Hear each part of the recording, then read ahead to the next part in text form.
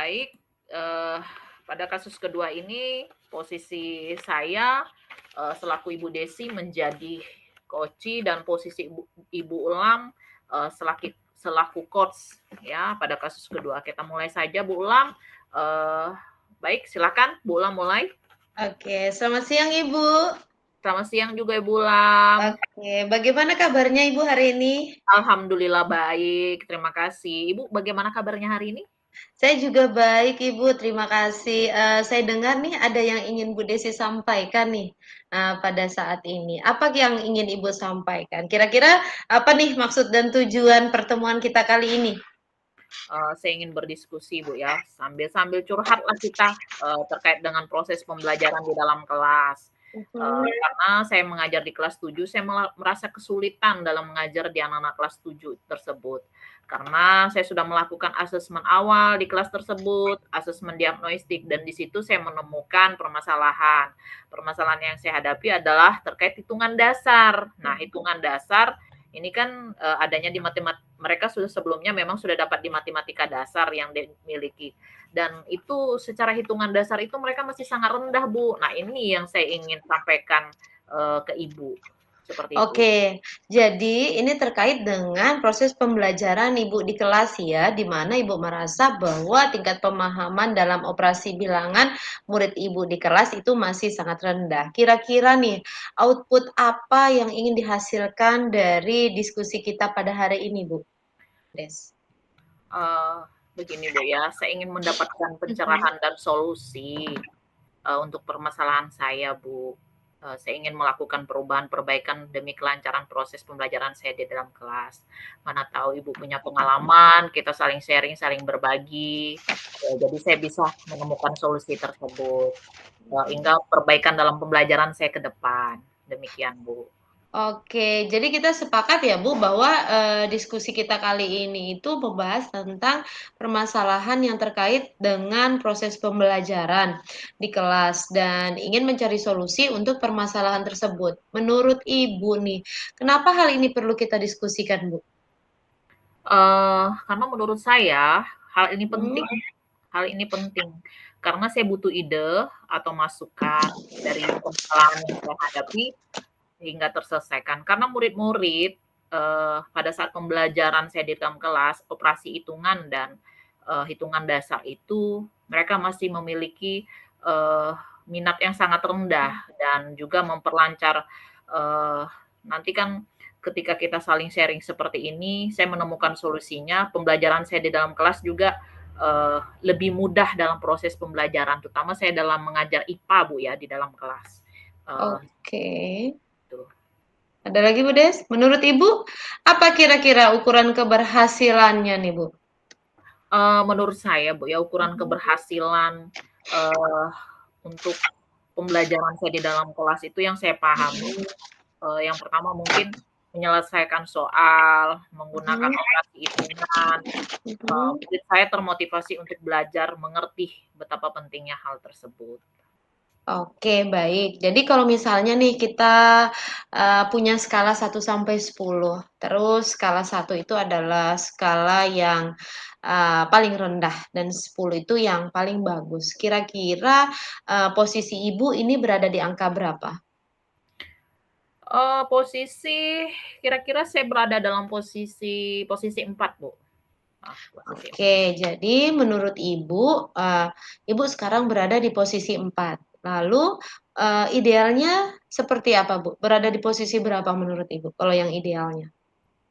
Menurut saya tidak muluk-muluk lah, Bu, ya, pada kasus ini idealnya ya Mhm. di angka 7, Bu, ya, di angka 7 saja sudah sangat bersyukur.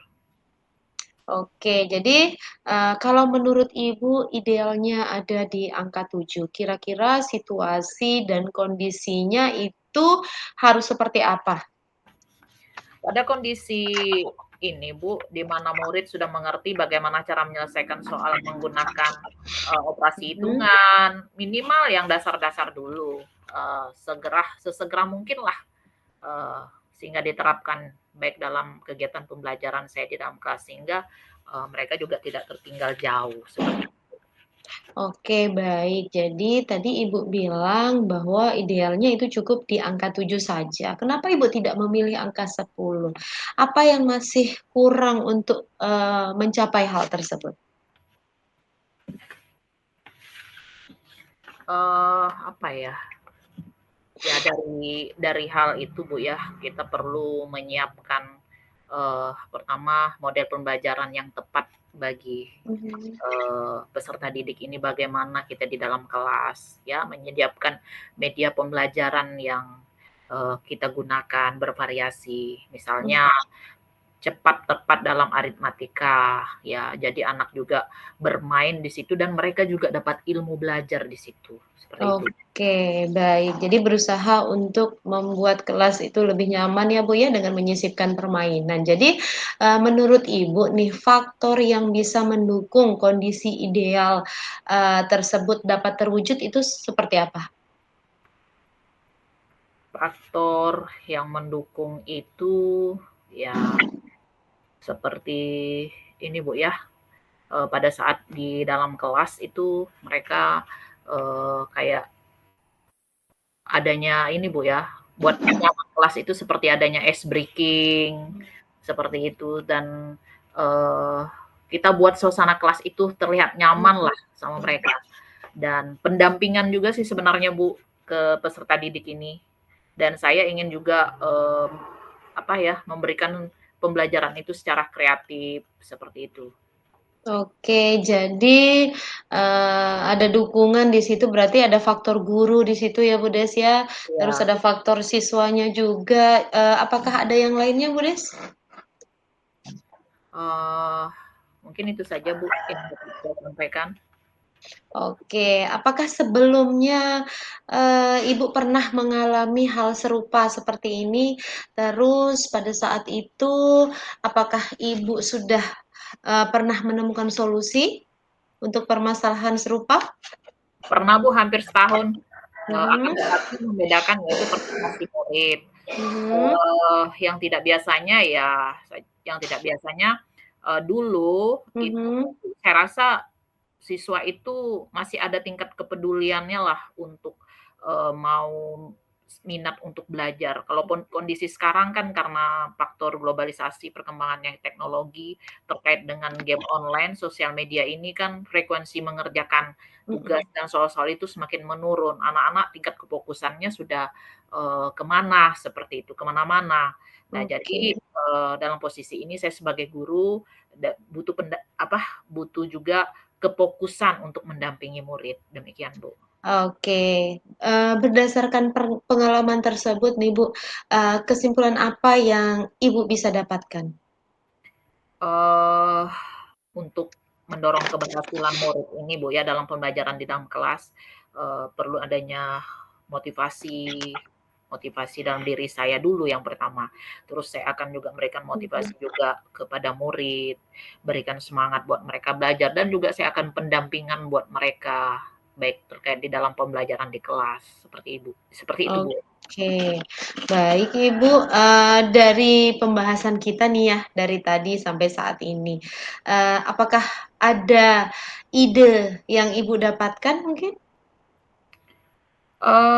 Menurut saya ada, Bu, ya, itu pelajaran yang menyenangkan, kreatif, dan inovatif. Maka motivasi belajar akan muncul daripada siswa itu tersebut ketika mereka senang, nyaman, ya, dan kita sering melatih mereka dalam pembelajaran dan tidak bosan, saya rasa ada perubahan dan peningkatan, seperti Oke, seperti apa contohnya Bu Des? Contohnya itu saya mungkin memberikan model pembelajaran yang menyenangkan, media interaktif yang berhubungan dengan konten, ya, Mhm. mengerjakan soal operasi hitungan, dan, menambahkan ice breaking di dalam kelas. Membuat Oh, kelas itu terasa aman, nyaman lah, menyenangkan. Mungkin itu sebagai, daya tarik buat mereka juga, seperti itu, Bu. oke baik. Jadi, menurut Bu Desi seperti itu ya, sudah ada ide untuk, rencana ke depannya. Kira-kira kapan Ibu akan, memulai rencana tersebut? Sesegera mungkin, Bu, karena segera diterapkan, lebih cepat diterapkan dalam pembelajaran, ya, lebih bagus juga sehingga mereka tidak tertinggal Iya. jauh. Oke, baik. Untuk itu tentu kita butuh persiapan ya, Bu Des, ya. Apa yang, Ibu siapkan untuk kelancaran rencana itu?